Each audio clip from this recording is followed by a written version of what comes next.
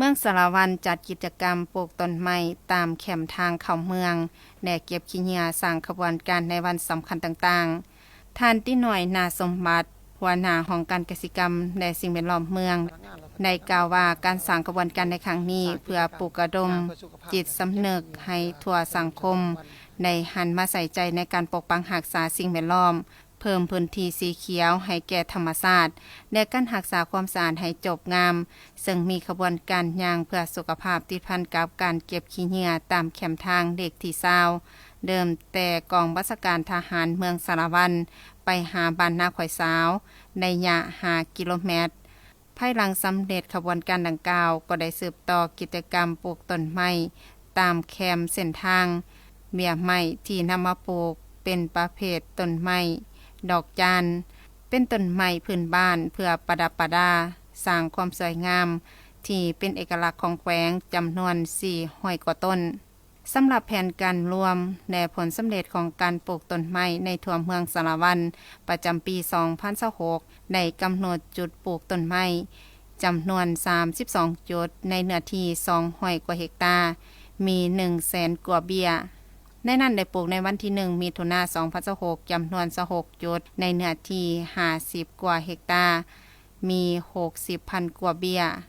ในจำนวนดังกล่าวภาคส่วนรัฐปลูกในเนื้อที่ทั้งหมด10กว่าเฮกตาร์บริษัทปลูกในเนื้อที่30กว่าเฮกตาร์และภาคส่วนประชาชนมี5จุดปลูกในเนื้อที่10กว่าเฮกตาร์เบี้ยไม้ที่นำมาปลูกในแต่ละจุดแม่นประเภทไม้ประดับคือไม้ขยงไม้แตกค่าซึ่งในวันที่1มิถุนายนของการเกษตรกรรมและสิ่งแวดล้อมเมืองได้สมทบกับแผนกเกษตรกรรมและสิ่งแวดล้อมแขวงเปิดขบวนการปลูกต้นไม้ประจำปี2026อยู่ที่จุดท่าฟาร์มไซบ้านตะปูนในเนื้อที่ 0.5 เฮกตาร์มี50ต้นสนิทไม้ขยงไม้แตกค่าและไม้ดอกจำปาสำหรับแผนสืบต่อสุขอยู่ส่งเสริมการปลูกป่าภาคส่วนรัฐจะสืบต่อปลูกเติมอีก8จุดในเนื้อที่ทั้งหมด16เฮกตาร์จำนวนเบี้ยไม้ 10,000 กว่าเบี้ยส่วนภาคบริษัทได้กำหนดเอา2จุดในเนื้อที่80เฮกตาร์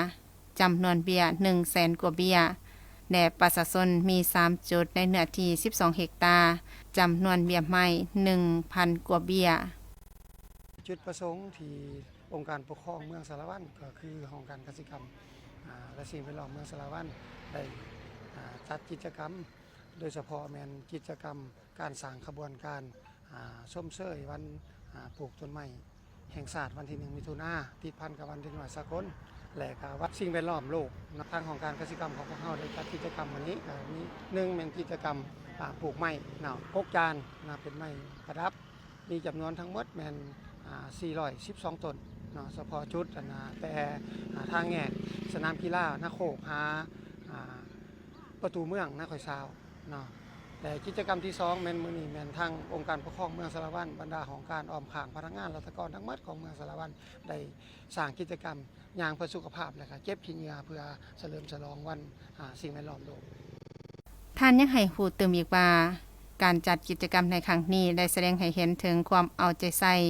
อย่างจริงจังและวิสัยทัศน์อันยาวไกล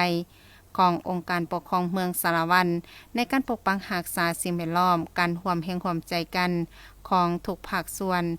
เป็นบาทกล่าวสำคัญในการเพิ่มพื้นที่สีเขียวลดผ่อนผลกระทบจากการเปลี่ยนแปลงของสภาพภูมิอากาศและปรับปรุงทัศนียภาพของเมืองสารวันให้กลายเป็นเมืองที่น่าอยู่สะอาดงามตาและมีความอุดมสมบูรณ์ทั้งด้านธรรมชาติกิจกรรมดังกล่าวได้จัดขึ้นในวันที่5มิถุนายน2026เป็นการสมทบกันระหว่างองค์การปกครองเมืองสารวันกับห้องการเกษตรกรรมและสิ่งแวดล้อมเมืองเพื่อเป็นการเฉลิมฉลองวันปลูกต้นไม้แห่งชาติที่1มิถุนายนและวันสิ่งแวดล้อมโลก5มิถุนายนภายใต้คำขวัญที่ว่าถึงเวลาแล้วพวกเราต้องใส่ใจต่อสภาพภูมิอากาศให้สดใสและสดชื่นซึ่งให้เกียรติเข้าร่วมของทานบุญสาเขียมมณีขันไซประธานคณะกรรมการปกครองเมืองสารวันท่านที่หน่อยนาสมบัติหัวหน้าของการเกษตรกรรมและสิ่งแวดล้อมเมืองมีบรรดาคณะแผนกหัวหน้าของการออมขังเมืองและพนักงานราชการภายในเมืองเข้าร่วม